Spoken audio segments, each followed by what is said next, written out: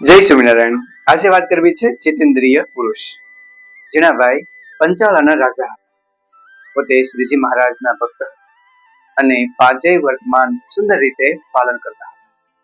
એ વખતે પંચાળા જુનાગઢના રાજ્યની અંદર આવતું. જુનાગઢનો નવાબ એ જ્યારે કચેરી ભરે ત્યારે બધા જ રાજાઓને ત્યાં જવું પડતું, કારણ કે એના પરગણાની અંદર જે ખંડિયા રાજા હતા એ બધા ત્યાં ભેગા થાય અને સભાની અંદર ભાગ લેવો પડતો. આથી ઝીણાભાઈ પણ જુનાગઢ જતા. જ્યારે કચેરી ભરાય ત્યારે બધા જ રાજાઓ અમલદારો હાજર હતા અને એમાંય જુનાગઢનો નવાબ એટલે કચેરી આખી ભરી હોય. દારૂના શીશા અહીંથી અહીં ફરતા હોય. દારૂમાંથી પેલી ભરાય અને અમલદારો રાજાઓ સૌ એ દારૂ પીવે અને બધા એ કચેરીનો આનંદ લે. એ સમયે ઝીણાભાઈ શાંતિથી બેસે.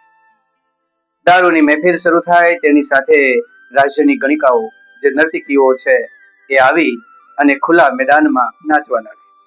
રાજાઓ દારૂ પી અને નર્તકીઓના એ ડાન્સ જોવા લાગે અને બધા જ એ આનંદની અંદર ગોઠવાઈ જાય. એ સમયે ઝીણાભાઈ જમીનની અંદર માથું નાખી અને ભગવાનને યાદ કરે, હે મહારાજ, અને ભગવાનની મૂર્તિ પોતાના મન સામે ખડી કરે અને ભગવાનનું નામ લે. બધા જ રાજાઓ અને અમલદારો છે એ આનંદને જલસો કરે. એ સમયે ઝીણા ભગત ભગવાનને યાદ કરે અને વિચાર, હે ભગવાન, મારી દ્રષ્ટિ તમારા સામે રહે, નહીં કે આ દારૂની મહેફિલ કે નહીં આ ગણિકાની મહેફિલમાં. એક વખત નવાબનું ધ્યાન તે તરફ ગયું કે બધા જ એટલો આનંદ કરે છે, દારૂ પીવે છે, નૃત્ય જુએ છે, અને આ માણસ જમીન ખોતરીને બેઠો છે અને ભગવાનનું નામ લે છે, હાથમાં માળા, અને ભગવાનને યાદ કરી અને ભગવાન સામે મૂર્તિ ખડી કરે છે.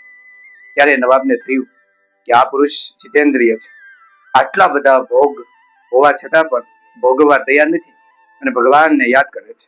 આમ ઝીણા ભગત જ્યારે જ્યારે પણ એ જુનાગઢ ગયા, આવી મહેફિલ જામી છતાં પણ તેમાં ભાગ ન લીધો. હંમેશા ભગવાનને યાદ કર્યા અને સદવૃત્તિ તરફ હંમેશા ખેંચાયેલા રહ્યા. ઘણી વાર આપણું મન એટલું બધું સંચળ છે કે જેવું મૂકો એટલે ગમે ત્યાં પહોંચી જાય. જેમ ગોળ હોય એની અંદર કીડી કે મકોડા આવે અને જેમ જેમ અંદર ઉતરતા જાય એમ એને બહાર નીકળવાનું મન ન થાય. અંતે એનું જીવન એની અંદર જ પૂર્ણ થઈ જતું હોય છે. તો વિષયોનો જે વાડો છે એ એટલો બધો વ્યક્તિ અને માણસને ખેંચી લે છે કે એને ભગવાન કે સંતો તરફ ધ્યાન કરવા માટેનો પણ સમય આપતું નથી અને સતત એમાં ખેંચારો જાય અને દૂર દૂર એટલો નીકળી જાય કે પાછો વળવું પણ મુશ્કેલ થઈ જાય. આમ ઝીણાભાઈએ શ્રીજી મહારાજના એ ગુણો, એ શિક્ષાપત્રી, એ શાસ્ત્રોને અક્ષરશ પાલન કર્યું અને નવાબને પણ એમ થયું કે આવો માણસ મેં ક્યાંય જોયો નથી.